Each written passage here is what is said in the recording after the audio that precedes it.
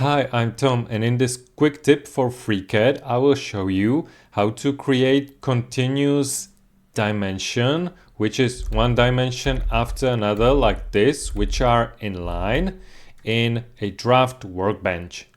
Let's say I create dimension up here, and then I want to continue with the window.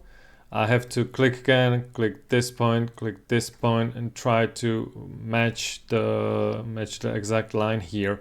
This is quite tedious. So instead of doing this, I can start the dimension and choose the continue. Hit the T key or click the continue. And if I hit this point, select where the dimension line will be located.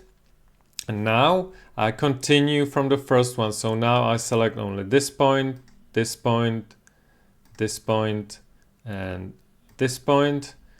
And if I hit close, then you can see that all of the dimensions are created as continuous. I hope this quick tip was helpful, and I will see you in the next one.